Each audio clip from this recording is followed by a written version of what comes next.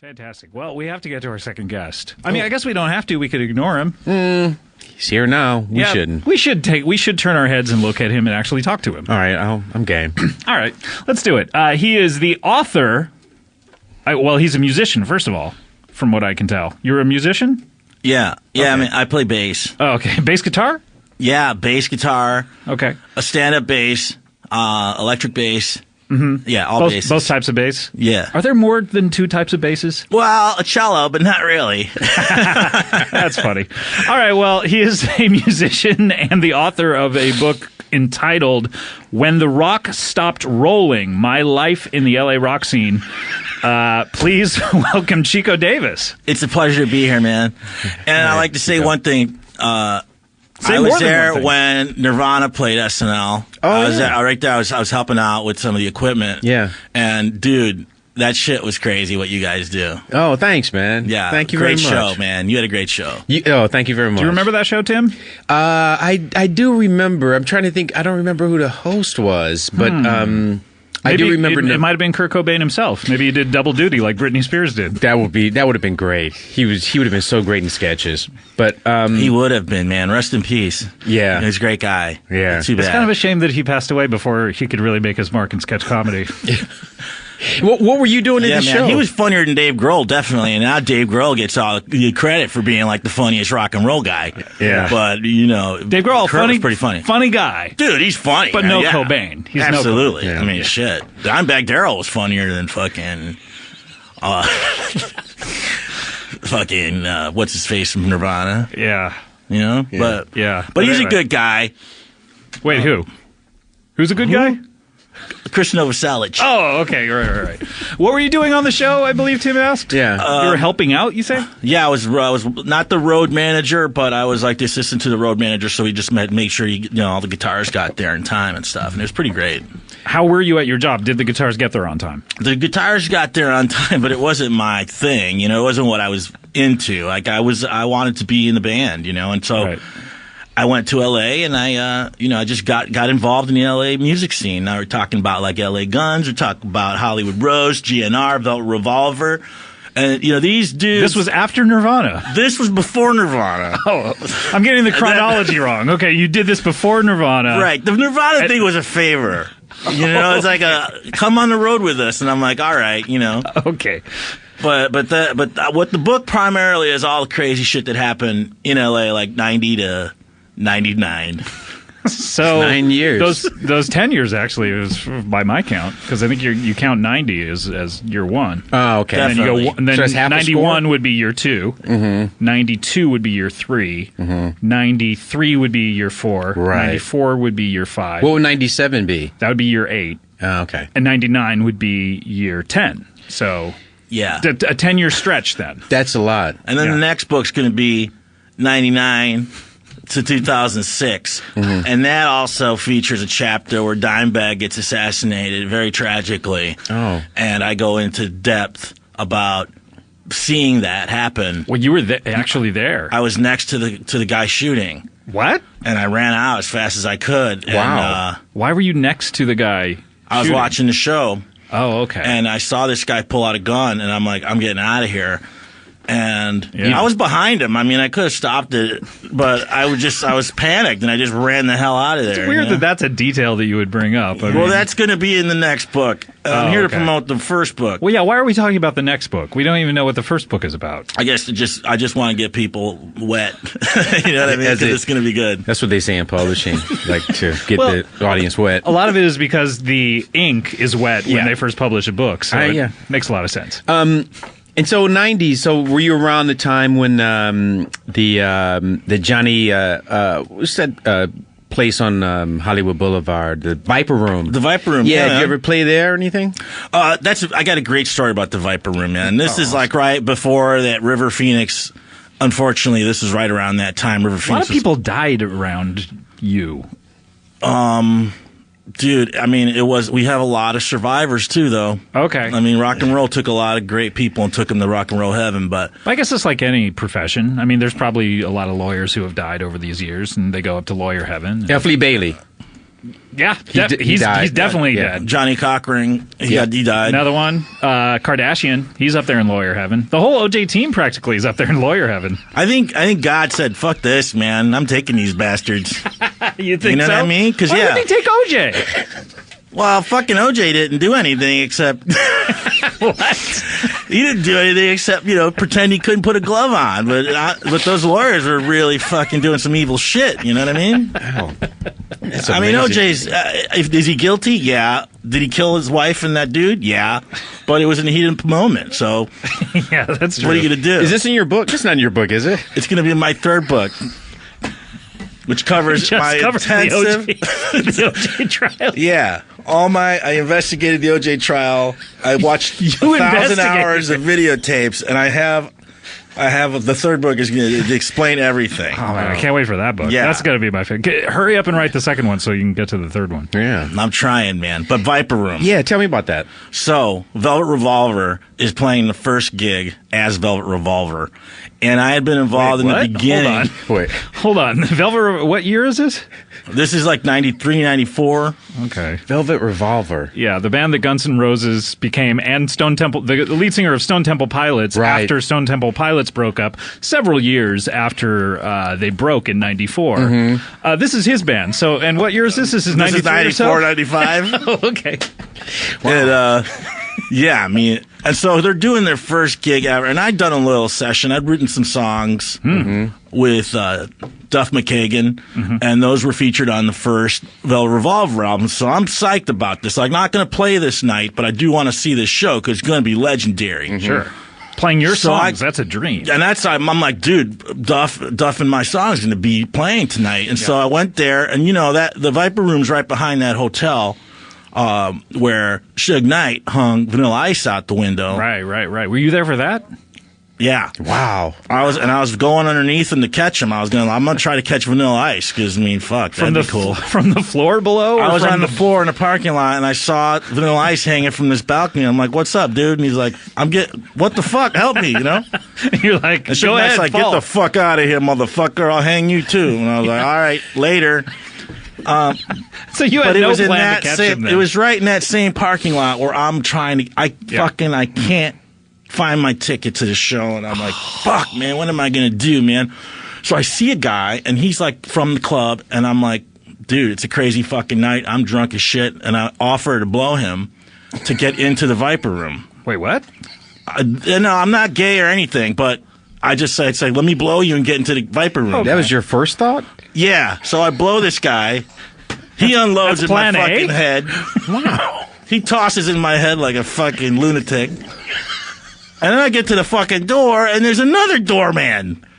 And he's like, I don't know what you just did. You just blew the parking attendant. What the fuck? You don't know what Hey. told me nothing. You got free parking. So I got to blow this guy now. Wait, so that's okay with him? He's like, yeah, go ahead, but you're not going to get in here without this.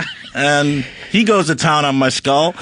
And I get into the fucking Viper Room, and I see Stacey Jennings, who used to rep Velvet Revolver publicity-wise, and she's like, you're on the guest list. Yeah, that's what I was going to say. Why'd you have a ticket? I didn't check, man. I bought a ticket. I blew these two dudes, and I didn't need to. That's like God. chapter 2 in my book. Oh, Chico. Oh, man. Chico. Oh, man. What a story. Yeah, man. It's so rare to find two consecutive male employees who want another man to blow them. Yeah. And Yet that's the rock and roll scene. that's how it was in the 90s, though, huh? Back in 94. When Velvet Revolver was just starting out. Yeah, I love that name, Velvet Revolver. I mean, Yeah. people, to be honest, in the early 90s here in LA, people were blowing everybody to do anything. I mean, if Really? you got to renew your license, if you wanted to get ahead of somebody, suck their dick in the bathroom, and then you go. Even just the guy right in front of you? He would just swap places with you? Just to get one person over. I mean, fuck. and this was generally known in L.A. during the time. Oh, yeah. Yeah, man. It was drugs, sex, and rock and roll, just like you hear in the fucking TV shows. It's usually sex, drugs, and rock and roll, but And this just seems to be all sex so far. No rock and roll. I haven't heard about any or drugs. Yeah. Yeah, you haven't even talked about the rock and roll part of it. How was that show? Dude, groundbreaking. Yeah. Groundbreaking. Yeah. And it's like they went on and they didn't use me after that, but I mean, they deserve to be in Rock and Roll Hall of Fame just as much as GNR. What was one of your songs? It's Late. Oh, that's my favorite Velvet Revolver song. It's late, let's get an eighth. Oh, yeah. It's great. That's the part I wrote was yeah. And then Duff McKagan had he wrote most of it, but I wrote like part of the chorus, part of the callback. Yeah, a technical term in songwriting, the callback. The callback, yeah. But you guys want to hear about drugs, man. The 90s were insane. That's when they were doing a lot of crack back then, right? Doing crack, but mostly we were just doing cocaine still. Oh, okay. And heroin, but heroin didn't start until Izzy Stradlin came on the scene. And at that time, Izzy Stradlin, before Guns N' Roses, he was a small-time heroin dealer. And now he's famous now. Now we cut to when he's famous for GNR. GNR is like the biggest rock band in all the world. And he says, "Can you watch my dog, Dixon?" I'm like, "Yeah, man." He goes, "Yeah, fucking watch my TV, go to the pool, go to the hot tub, have a good time, but watch my dog." I'm like, "Cool, I'll do it." And I'm in there, and I fucking look in a cigar box, and I see 2 eighths of cocaine, two beautiful 8-balls. Wow. And I know what an 8-ball is, and I got 2 of them. So now that you think about it, it's 2 eighths of a gram of cocaine. That's like a quarter of a gram. Yeah, that's like a quarter. I've never thought about that, but that's absolutely right. Yeah, wow. Did they have a score of cocaine by any chance? I don't know. I guess we haven't talked about that. If you score cocaine, is that getting 20 pounds of cocaine or 20 grams? Oh, that's interesting. That's a great question. No, usually scoring is just getting it. Yeah, but I mean... But if you do 2 eighths and a half... Yeah. If you do 2 eighths and then a half an eighth, that's 20. That's a score. Four score of cocaine. Wow. Anyway, so you see this cocaine, you probably shut the thing, say that's his, and you leave it alone, right? I wish, Scott, but I see this and I go crazy, and you do it all yourself? I do the 1 8-ball. It takes me about 5 hours, and then an hour later, I'm digging into the other one, and I'm like, fuck, man, I gotta pay this dude this money, so I don't have money. Like I gotta get him. I gotta replace the coke that I took. Yeah. So I called Tracii Guns. He started LA Guns, and he's always up for a good time. He's got, I got 2 8-balls. I'll bring them over. We'll put them in there, and you can pay me tomorrow. That sounds what is his? Why would he agree to this deal? He's got 2 8-balls of coke. He's going to come over. He's always up for a party. He's going to go leave them at this guy's house, and I'll tell you why. Because he was caught with an underage girl in his hotel room. Oh. And I pretended that I was retarded and that she was my sister. And he never forgot it. Like, I walked her past the security. She needs to get out of here because I'm retarded. And so fucking Tracii Guns was always cool to me after that. Yeah. I guess he owed me. He sounds like a good guy.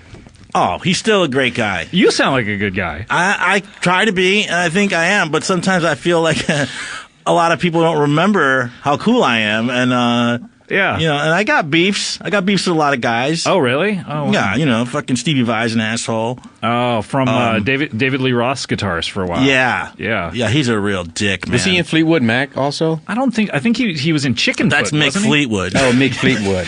Or Christine McVie. Oh, I'm not sure which one you're thinking. That's what I'm thinking of, Christine McVie. She's in Fleetwood Mac. So Tracii Gunn shows up to Izzy Stradlin's house with the 2 8ths. Oh, yeah. Okay. Right? And it's like perfect. And Izzy Stradlin's coming back from the airport, and we're like, cool, it's going to be here for Izzy, and it's like nothing ever happened. Right. Fucking Izzy stays in Mexico, and so we're like, shit, what are we going to do? So we start doing the 2 8ths that he brought. Right. Yeah. Oh, no. So you did half a gram of cocaine total over the 2 days, and then what happens? And then I left. I left the What about the dog? I left the house. Yeah. The dog, I left the dog. I forgot about the dog. I was doing so much cocaine, and the dog, he had heat stroke. And he was in a coma for 2 days. Why didn't he jump in that pool? I mean, it was a bulldog, Dixon the bulldog, and they're fucked up. Their shoulders are too big. They can't be born. Or medical problems, and they don't know when to put water on themselves when they get a heat stroke. They deserve to die, basically. Oh, that's a terrible story. So did Izzy ever forgive you, or did you ever hear about it? Did you ever find out about it? No, Izzy didn't forgive me. Izzy put a hit on me. What? Wow. Yeah. He's tried to murder you? Yeah, he tried for like 3 years and then he gave up. And You're just too hard to kill? no, I went away for a while. Oh, where'd you go? I was in Germany for a few years. In the mid-90s? Yeah. Okay. When I say a few years, I mean 3 months here, 4 months here, 2 months here. You know what I mean? Oh, yeah. No, I know what you mean when you say 3 years. Yeah. So that was after the so in Germany in the 90s. What that must have been pretty exciting. There's a lot of Yeah, like Rammstein must have been starting. oh yeah, that's right. Yeah. Rammstein were like the Beatles there. Yeah. People were wearing Rammstein boots and getting Rammstein haircuts. Yep. And so it was either join them or die by them. You know Those what I are mean? the two choices? Yeah. Get crushed by Rammstein or fucking, Wait. They will get in on Rammstein. So either you get in on them or they will personally kill you. They'll kill you with their fucking shows, their live shows. They'll kill you with their releases, Oh, okay. with their products, Yeah, everything. This makes Rammstein, I mean, Rammstein's still a big group in Europe. Oh, they're amazing. They're, Yeah. top of the charts. That's amazing. So you had time in Germany, 3 months here, 4 months there. Hasselhoff was big during that time Oh, in Germany yes. in the 90s too. Yes. Yeah. Yeah. Wow. Did you ever cross this guy? Nikki and Olaf from Daft Punk were there. Wow. Right around that time. Yeah. Is any of this in your book? No, not Germany. Okay. Germany is just Germany's not in the book. total wash for you. Is that a separate book? Is Well, that the a publisher fourth? said, well, like, no one cares about Germany. Yeah. And he goes, more LA, more drugs, more sex. So that's what ended up happening. But I might include it in my fourth book. Yeah. Wow. Yeah. Just all Germany. It's all Germany. And it's called 3 months here, 4 months there in Germany. Yeah. It's going to be called The 4 months Rammstein here, years. 3 months there, 2 months there, 2 months here. Great. Hey, did you ever work with like any of the LA bands, like in the punk bands, like X or Los Lobos or any of those bands? You remember Los Lobos from the La Bamba theme Yeah. The Los back in Lobos, 1985. we didn't know who Los Lobos were at first when they first started coming around. Mm-hmm. So we were a little rude to them. Oh wow! Like, Oh, no. Like, where's our fucking food? Who made this shit? So you treat them like waiters? Yeah, well, we thought they were waiters. Wait, now your name is Chico Davis. But yeah, I'm not Mexican. That's Chico's because I have a medium-sized penis. My name is Dave Chico Davis. You can call me Chico. So your real name is Dave Davis? Yeah, Davy Okay. Davis. Okay. Davy it's on my birth certificate. I'm named after Davy Jones from the Monkees. Sure. And I got to jam with him in Glendale, so that was cool. Yeah. Oh, that sounds like Yeah. a dream. What'd you jam on? We both banged on paint cans. In Glendale? Yeah. Wow. We're right outside. Were you guys jamming or getting ready to like do some home decorating? I mean, come see, come saw. A little bit of this, A little bit of this, a little bit of that. But yeah, I was I'll see, helping him I'll work see. on his house, and I'm like, if we hit these drums right now, we can tell people we jammed. He's And he's like, come what's on, man, in it just for paint me? the fucking house, And I'm like, nah, come on. And so I banged, and he He watched. threw a pop bottle at me, and that's technically a jam session. That's sweet. Wow, that's amazing.